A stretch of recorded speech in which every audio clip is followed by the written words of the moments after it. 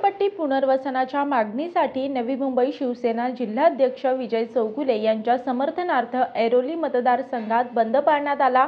ऐरोली, रबाळे आणि दिघा परिसरात कडकडीत बंद पाळण्यात आला असून अन्यत्र संमिश्र प्रतिसाद पाहायला मिळाला। बंदसाठी कुठलेही आवाहन करण्यात आले नव्हते।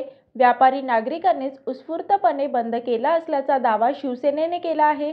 दरम्यान काल रात्रीपासून चौगुले यांची तब्येत बिघडली असून त्यांची वैद्यकीय तपासणी करण्यात आली आहे, मात्र त्यांनी उपचार घेण्यास नकार दिला।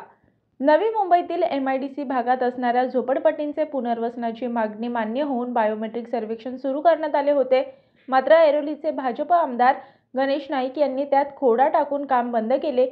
या विरोधात महायुती घटक पक्षातील एक असलेले शिवसेना शिंदे गटाचे नवी मुंबई जिल्हाध्यक्ष विजय चौगुले यांनी बेमुदत उपोषण 1 ऑगस्टपासून सुरू केले आहे। काल रात्रीपासून त्यांना अस्वस्थ वाटत असून डॉक्टरांनी त्यांच्या प्रकृतीची तपासणी केली। आज सकाळीही त्यांनी तपासणी केली असून अद्याप त्यांना आराम पडलेला नाही, अशी माहिती विजय चौगुले यांच्या स्वीय सहायकांनी दिली। चौगुले यांच्या समर्थनार्थ ऐरोली मतदारसंघात बंद पाळण्यात आला। हा बंद पाळण्याचे कुठलेही आवाहन करण्यात आले नव्हते, मात्र व्यापाऱ्यांनी चौगुले यांना उत्स्फूर्तपणे समर्थन म्हणून बंद पुकारण्यात आला।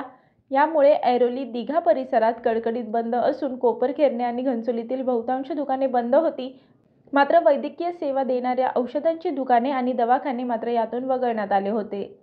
मी वर्षा काटेकर, योद्धा न्यूज, नवी मुंबई।